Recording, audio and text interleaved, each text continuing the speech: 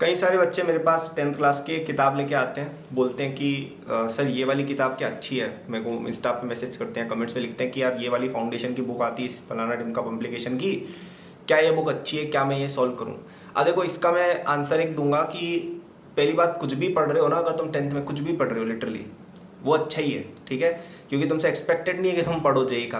तो अगर आप कुछ भी पढ़ रहे हो जो बियॉन्ड योर लेवल है, बियॉन्ड योर पर्सनल लेवल, मतलब आपका जो 10th का लेवल है, अगर आप उससे अबव पढ़ रहे हो दैट्स अ विन, ठीक है, आप वहीं पे जीत गए हो, ठीक है।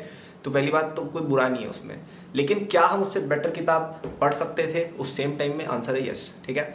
तो मुझे ऐसा लगता है कि 10th क्लास में आपको स्टैंडर्ड बुक्स पे ज़्यादा ध्यान देना चाहिए, जो स्टैंडर्ड बुक्स आती हैं, ठीक है। स्टैंडर्ड बुक्स में कौन कौन सी आ गई? फॉर एग्जाम्पल एनसीईआरटी आ गई, फॉर एग्जाम्पल आपकी एचसी वर्मा आ गई, फॉर एग्जाम्पल आपकी ओलंपियाड वगैरह के पेपर्स वगैरह आ गए। और ये ओलंपियाड अब तुम्हारे एनएसओ वगैरह की बात नहीं कर रहा हूँ, मैं बात कर रहा हूँ आईजेएसओ हो गया, आरएमओ हो गया, फिजिक्स ओलंपियाड, मतलब जो ओरिजिनल गवर्नमेंट वाले ओलंपियाड है मैं उनकी बात कर रहा हूँ। तो आप ये चीज़ें अगर करते हैं ना तो इनसे क्या फंडामेंटल थिंकिंग डेवलप होती है।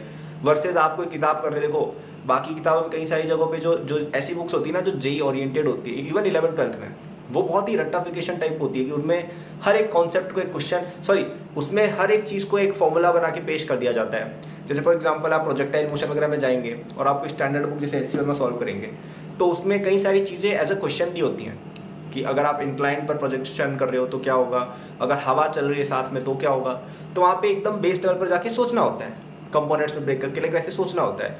लेकिन ये लोग क्या करते हैं, उस चीज़ को फॉर्मूला बना देते हैं, रटवा देते हैं कि अरे एयर चल रही है ए एक्सेलरेशन की तो उसमें ये कर दो, अरे इंक्लाइन प्लेन है अगर अल्फा पे तो उसका ये फॉर्मूला है। तो उसमें क्या है, आपकी थिंकिंग पे चली जाएगी, आप हर चीज़ एक फॉर्मूला बना दोगे और फिर उससे एडवांस में रैंक नहीं आती है, क्योंकि एडवांस में ऐसे क्वेश्चन नहीं पूछेंगे वो कि आपने फॉर्मूले रटे हुए आपसे हो गए। वहाँ पे नए क्वेश्चन आएंगे जो आपकी कोचिंग वाले सर ने भी नहीं देखे होंगे, वो नए क्वेश्चन बनाते हैं। क्योंकि आप समझो कि जो जेई एडवांस का पेपर डिजाइन करने वाली कमेटी होती है ना, मैं उनमें से कुछ लोगों को एक्चुअली जानता भी हूँ, मतलब हमारे प्रोफेसर्स जो होते हैं, जैसे आईआईटी बॉम्बे का मुझे उन्होंने बताया था, जैसे आईआईटी बॉम्बे जैसे पेपर बना रहे हैं तो वहाँ पे कुछ प्रोफेसर्स मिलके वो पेपर बनाते हैं, 10-15 प्रोफेसर्स मिलके वो पेपर बनाते हैं जिन्होंने बहुत बड़ी बड़ी यूनिवर्सिटी से पता नहीं क्या क्या किया हुआ है, जो लिटरली आईआईटीएंस को पढ़ाते हैं। और आईआईटीएंस का कई लोग उनमें से एमआईटी हार्वर्ड वगैरह बहुत जगह पढ़ा चुके हैं, ठीक है।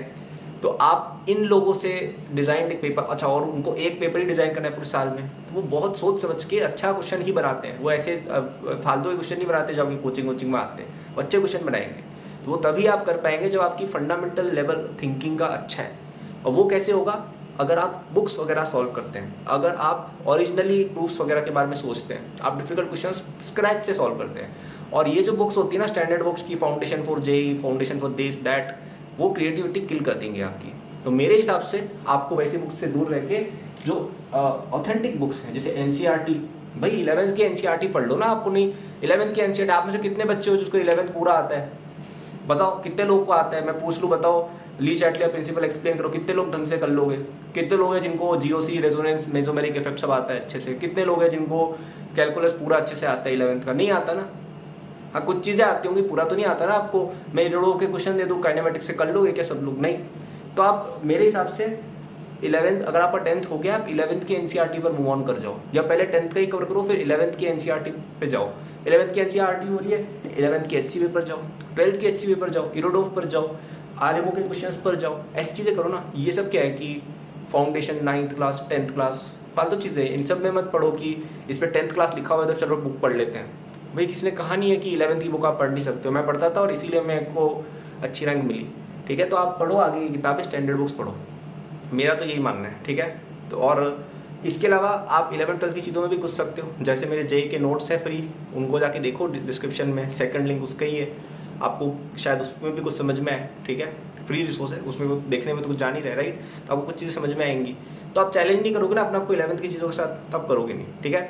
और इसी चीज़ को हैंडल करने के लिए मेरा जेई 27 कोर्स भी एग्जैक्टली इसी के लिए मैंने बनाया था, ठीक है। वो इंडिया का लिटरली ओनली कोर्स है जिसके अंदर फंडामेंटल लेवल पर चीज़ें आपको सिखाई जाएंगी। और अभी वो कोर्स आपको डिस्काउंट पे मिल रहा है टिल टुमारो।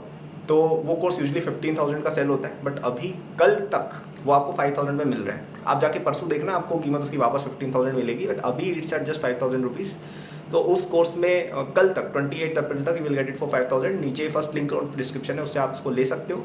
उस कोर्स में आपको 9-10 भी बताया गया, सारे ओलंपियाड्स की प्रेप भी हो जाएगी, 9-10 के जितने भी 10th क्लास की अगर हम बात करें, और उसमें आपकी 11th के भी कई सारे कॉन्सेप्ट स्टार्ट किए गए हैं, 12th के भी कई सारे कॉन्सेप्ट आपको सिखाए गए हैं। तो देखिए एक क्या ब्रिज बन जाएगा। जैसे कई बच्चों को 11th में क्या दिक्कत आती है कि 10th to 11th का जंप उनसे सहन नहीं होता है, लेकिन हम आपको ऑलरेडी 11th में काफ़ी आगे तक लेके चले जाएंगे before you even enter 11th।